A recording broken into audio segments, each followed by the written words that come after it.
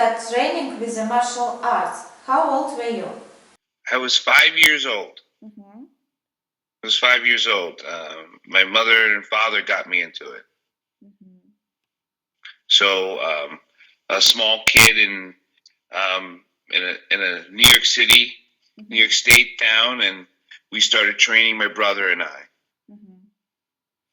So yeah, it's been over now 45 years of training. And What is the name of your school? the name of the school is Dakota Dragon Defense, Mm-hmm. and that's the name. And it can also have, because I teach naturopathic medicine also, and I teach different healing, so it's also / Healthy Life Choice Center. Mm-hmm. But the school is Dakota Dragon Defense. Mm-hmm. This part. Okay, thank you very much. What does it mean, your name of school? I live in North Dakota, so that was pretty easy. That's where the Dakota comes from. And my spirit animal is the dragon. That came out to me through many years ago in a meditative practice. And that dragon came to me. Has been over 30 plus years ago. So I've always been a dragon.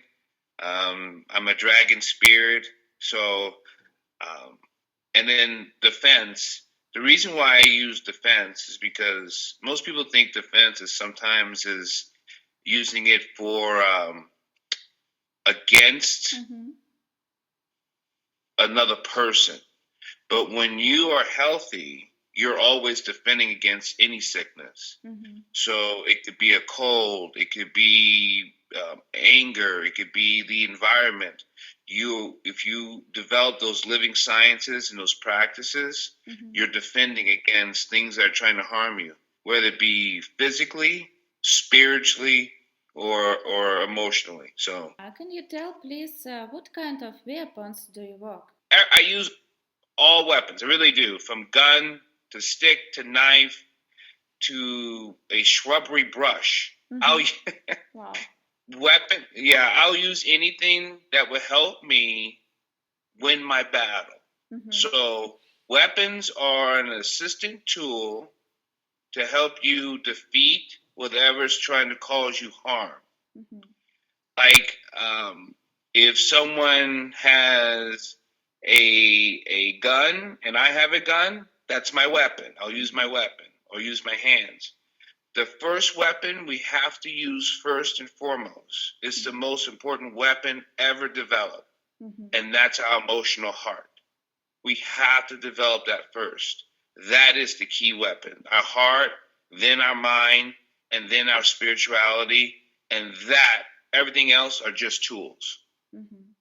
So no matter what you have in your hand can be a weapon. It could be a pillow, or especially if someone's trying to choke you. If you have a pillow, you can defend yourself with a pillow. If someone's trying to make you sick with a cold, you use orange juice, vitamin C. Vitamin C is a weapon, defeats the sickness, right? So anything you can use to help defeat the sickness is a weapon. How do you think? What is the basis of martial arts? To learn how to live. The basis of martial arts, what I teach, is the living sciences of the art. Martial art is to enhance your life, to create your balance with all of existence. That's what martial arts is. That is what it's for. If you're unbalanced, you can be unhealthy. If you're emotionally unhappy, you're not going to be able to fall in love with a good mate. You're not going to be able to take care of families, mothers, sisters, brothers, cats or dogs. You're not going to be able to take care of anybody, let alone yourself. So first, martial arts is to develop the science of living. It's the development science of living. We've been doing it for thousands and thousands of years. It also, most people misuse the martial arts and they use it as in hurting and harming people. Yes, we've won battles for many kings and queens and lords because we've become good fighters. But that's not all what we do. We're also artists, musicians, painters, poetry. We plant. We're all those things. What is the difference between your school and other schools? For example, Italian, Spanish, Filipino martial arts schools? One of the biggest difference I know in my schools is that I really focus on your internal self, your internal living self. Many schools work so hard on the physical form, on working really hard and sweating and building muscles. I first want to build your mind, your heart, and everything else will come easier. So my school, I really focus on the development of your inner light, your beauty of yourself. And the other stuff is easier once you understand who you are. So I think that's the difference in my schools. Even across the United States or across the country, I'm not the only school that does this. That I'm sure, because I have many friends who do the same thing I do. They teach very well. They teach the internal living part of the art, and we do the physical. We don't. We teach. I teach on all three levels of life, and there's always the fourth level. But I first teach on the three levels, and that's one, the mental, the second, the physical, and the third is the spirituality. The fourth level is the wholeness of all of it put together. So I just don't focus so hard on the beginning of the physical. I don't just do the physical. Many schools can only do the physical. Can you tell, please, how looks tactics and strategy in your system, about self-defense in your system? The strategy, again, it really focuses right back to understanding the information. Understanding the information, what I mean is knowing if you have someone who's trying to stop you, harm you, kill you, if you don't understand your level of what your level of emotion is, your level of physicality is, your physical abilities, and your understanding of where you want to be in your life, then what they're going to do is take that away from you anyway. So first you have to understand yourself before you can ever do a tactic. If you don't know there's a window behind you, anything that breaks out in front of you like a fire, you're going to feel like you're stuck. So my tactics is understanding the information without prejudice. I always say that. Don't assume or presume information from your past experience. Information without prejudice will give you the best avenue to live. Is psychological preparation is important in stick and knife training? It is. It's very important. Psychological is very important. Um, Many people don't know psychological of first yourself because you don't know who's trying to harm you. You don't know what their abilities are, and you're not trying to assume their abilities or their. But if someone's attacking you, they're unhealthy. That we do know for sure because no one attacks unless they're sick. I don't know the sickness, and we're not here to define what type of sickness another person may have. But they're not a happy person. It's like someone screaming at you. We can have differences, and we can have disagreements, but the sickness doesn't come from you trying to harm me. That's different. So we have to work on that psychological thing of decreasing the harm and the violence. That's what we're trying to do. Could you share with us about steps of teaching in your system? For example, one person comes to you and asks, please teach me. How do you start to work with him? I first start with the beginning of everything, and that's your breath. I first start teaching you your breath. And the reason why I first teach the breath is because it's the beginning of life. When you first realize you're living, when you come out of your mother's womb, the first thing you do is take your first breath of oxygen inside your lungs. You are breathing inside the wound, but when you first come out of the wound, that's your first breath. I first teach you how to develop what you call your active breathing breath, and that develops your active breathing life. So first I teach you your breath, then I teach you your balance, Balance of what? Balance of the mental, physical, and the spiritual. All that has to balance out before you can move forward. If you're so physically, then you're mentally weak. If you're so mentally strong, you could be physically weak. If you're so spiritually wavy all the time, you could be mentally and physically weak. So all those things have to be balanced, and that all comes through with the breath. What is a perfect logical model of fighting for you? There is none. There is none. Because one can wield a stick or a knife better than someone else because they worked harder. And so there is no perfect model. There really isn't.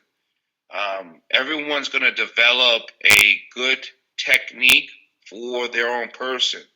Not every technique works for every person the same way. So that when it comes to being a teacher, like a teacher who what we are, we teach to the person, not to the system. Because if you don't know how to wield a stick like me, that shouldn't make you a bad person. I should teach you how to wield a stick for you so you can wield a stick in the best way you can. And or knife or gun. What kind of weapon do you prefer to work?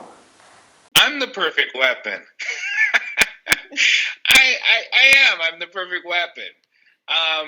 Outside of myself, perfect weapon.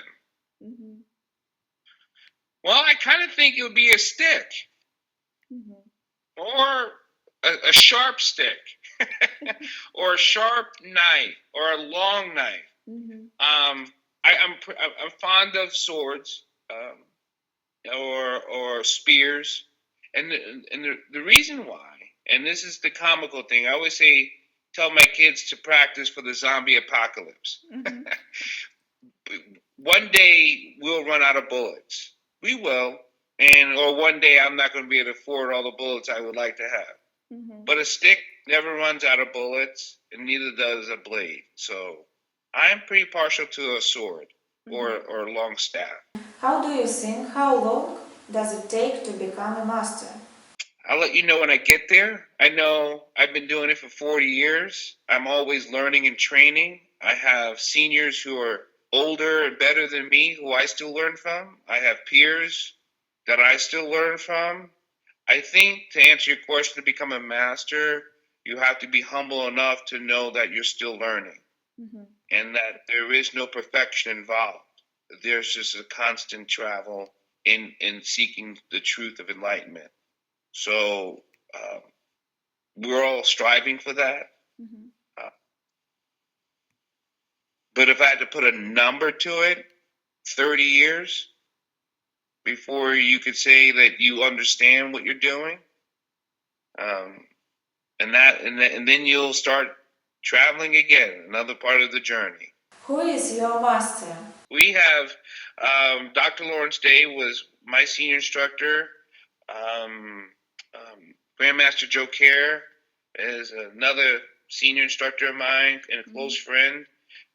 I have many senior teachers around the world who I talk to, listen to, Grandmaster Rankin. I mean, we have Professor Joe Bannon. The list goes on. The Black Dragon Fighting Society organization. We have a Great Brotherhood, the White Lotus Society. We have a great long peer. So we're all learning, and there's people older than I. We're losing a lot of senior masters these days, grandmasters.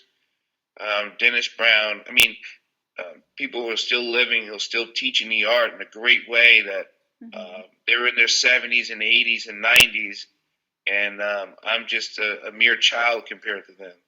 Thank you very much. And can I ask you, do you have your own methodology of teaching stick? How does it look? It's a great question. I don't have my own personal method. My method is one, don't drop the stick or don't drop the knife, and keep it active, pointing it in the right direction. Because again, the Filipinos, they've been using stick for a long time. The Asians, the islands, there's so many different people on the planet that does great. That grew up with a stick because of their environment. You know, weapons were developed because of their environment.